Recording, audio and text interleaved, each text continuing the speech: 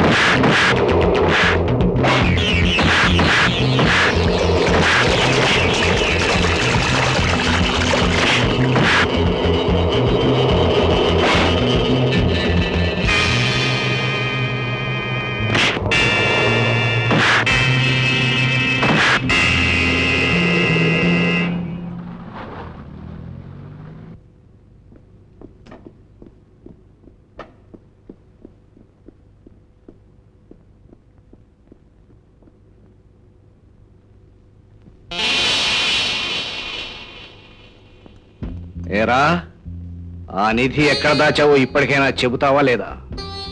ఎట్టి పరిస్థితుల్లోనూ నీకు చెప్పను. చెప్పిన వెంటనే నువ్వు ఆ నిధి దోచుకుని నా ప్రాణాలు తీస్తావని నాకు తెలుసు. ఆ రహస్యం చెప్పనంత కాలం నువ్వు నన్ను చంపలేవు. నీ పాయింట్ కరెక్టే.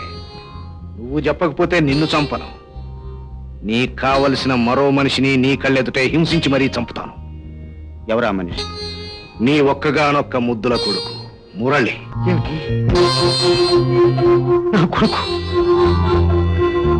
నా కొడుకు మురళిని బంధించి తీసుకొచ్చావా?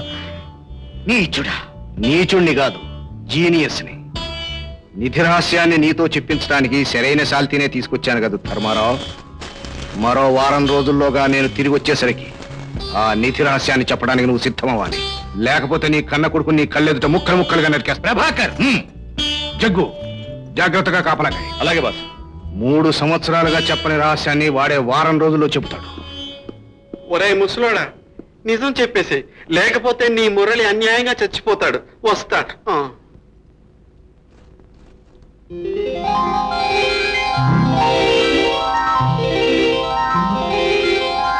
నాన్నా, బాబు,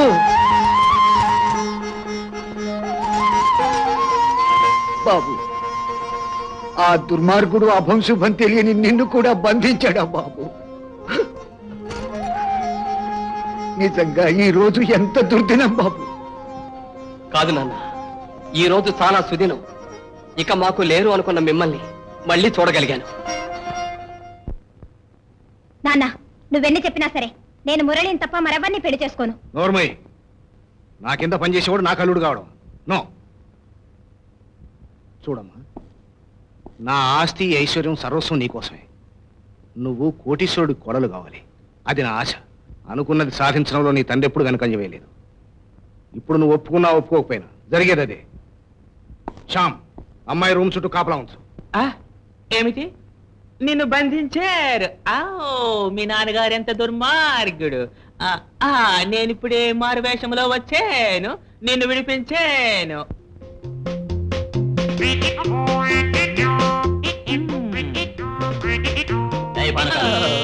ఏమిటి అర్ధరాత్రి ఇప్పుడు అమ్మాయి గారి రూమ్ లో పెడుతున్నావు? మనమేమి చేస్తాము, కష్టజీవులము. చిన్నమ్మగారి డిన్నర్ లో సూప్ తాగనన్నారు, బెడ్రూమ్ లోనే తాగుతున్నారు. వెళ్ళైతే. అరే, నువ్వు ఇంకా ఇక్కడే ఉన్నావేమిటి? పెద్దయ్య గారు నేను అర్జెంట్ గా కిందికి వచ్చేయమన్నారు. అలాగా?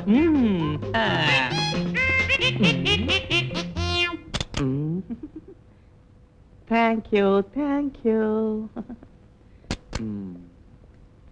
మేడం సూపేవ్ సూపేవ్ సూపు అక్కర్లా ఏమి అక్కర్లా పాపా. ఏమిటి మేడం ఊరికే చికాకు పడిపోతున్నారు సిస్టర్ సిస్టర్ వీరాజు నువ్వా? నేనే నేనే ఇక్కడి నుంచి బయటికి వెళ్ళడం చాలా కష్టం. నేను ఇక్కడికి కష్టంతోనే వచ్చాను. ఉండు చెప్తాను. చూడు ఏమిటివి? చెప్తాను చెప్తాను. ఆ డ్రెస్ తీస్తేవు, ఈ డ్రెస్ వేస్తేవు, మనం ఇక్కడి వాళ్ళకి టోపీలు వేస్తేమో తీసుకో తీసుకో తీసుకో.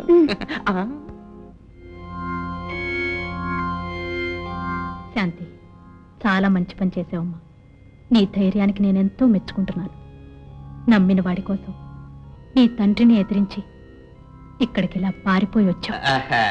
ఐ డౌటింగ్ చెల్లాయ్, ఇక్కడ ఉన్నట్టు వాడికి తెలిస్తే అగైన్ ఐ డౌటింగ్, మీకు ట్రబుల్ స్టార్టింగ్. ఆ భయం నీకు అక్కర్లేదు. ఎవ్వరికీ తెలియకుండా నేను ఇక్కడ దాస్తాను.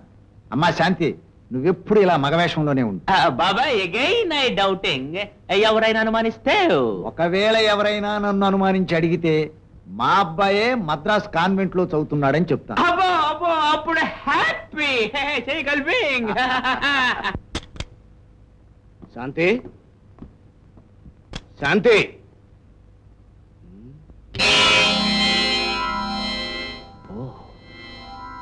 చాలు. వాడు తప్పకుండా ఈ ఊళ్ళోనే ఎక్కడో దాచుంటాడు. మన వాళ్ళని తీసుకెళ్లి వాడిలో ఎముక కూడా లేకుండా చెయ్యి.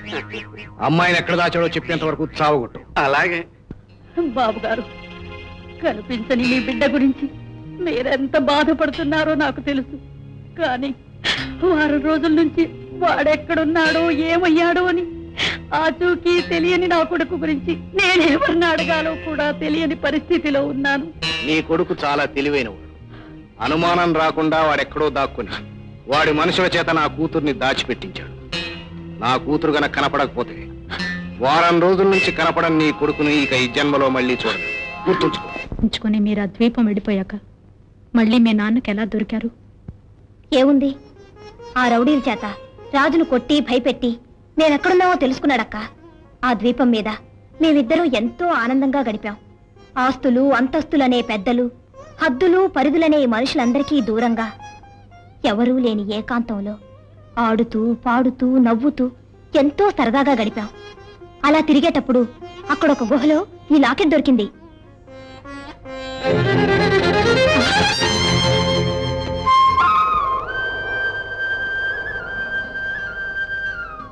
ఏమిటిది?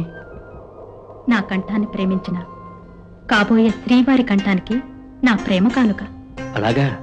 అంతేకాదు, మన రెండు హృదయాల్ని కలిపిన ఆరాధ్య దైవాన్ని మీ హృదయంలో ప్రతిష్ఠించాను.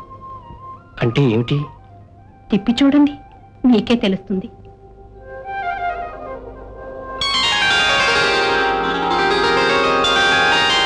ఏమిటక్క అలా ఉండిపోయావు? శాంతి, నిజంగా మీకిది ఆ గుహలోనే దొరికిందా? అవును. శాంతి, శాంతి, నన్ను ఆ ద్వీపానికి తీసుకెళ్ళు. నేను ఆ గుహను చూడాలి, ప్లీజ్.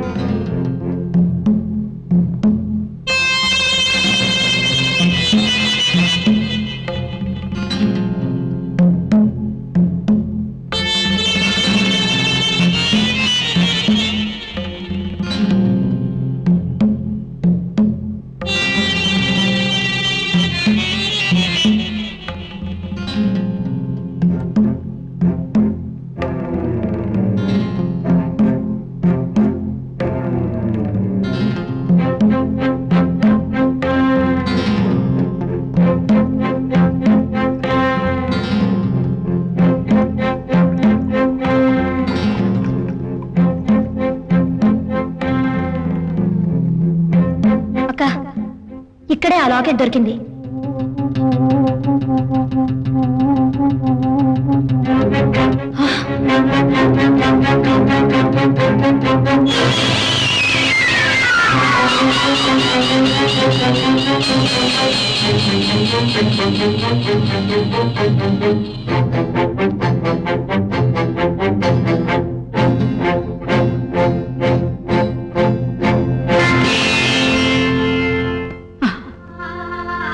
రాము,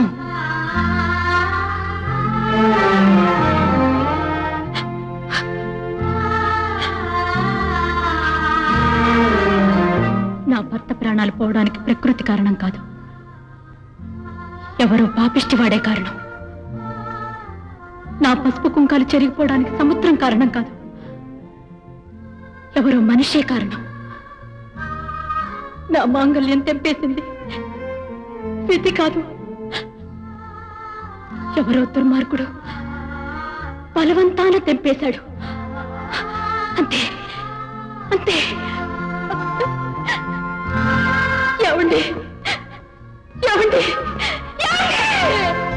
ఏమండి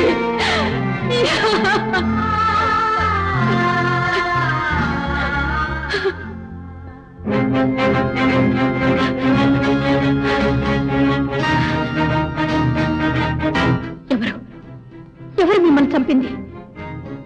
పువ్వుల్ని నవ్వుల్ని ప్రపంచంలో ప్రతిదాన్ని ప్రేమించే మిమ్మల్ని పొట్టను పెట్టుకునే అవసరం ఎవరికి వచ్చింది? మీ జీవితాన్ని సుఖంలో తుంచేసిన వాణ్ణి, నా బ్రతుకుని మట్టిపాలు చేసిన వాణ్ణి ప్రాణాలతో వదలను. మిమ్మల్ని ఎక్కడైతే చంపాడో ఇక్కడికే వాణ్ణి తీసుకొచ్చి చంపుతాను. నాలో రగిలే పగను తీర్చుకుంటాను. అప్పుడే మీ ఆత్మకు శాంతి, నాకు మనశ్శాంతి.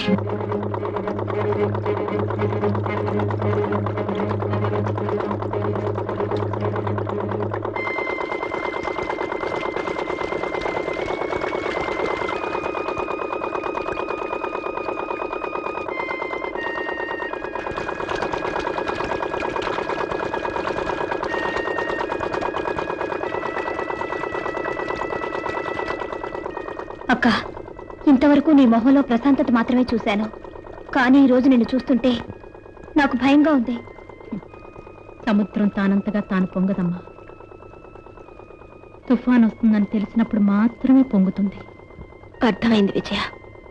ఈ రోజు నీలో చూసిన కోపాన్ని, ఆవేశాన్ని నేను అర్థం చేసుకోగలను.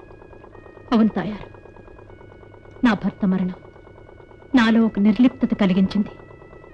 కానీ ఆ చావు మామూలు చావు కాదని, హత్యేనని తెలిసినప్పుడే నాలో ఒక పగ రేపింది. అక్క, మీ వారు కూడా ట్రాలర్లోనే పనిచేసేవారా? అవునమ్మా, ఆ ఉద్యోగం మా ఇద్దరిని వేరు చేసింది. ఈ సముద్రమే మా ఇద్దరిని దూరం చేసింది.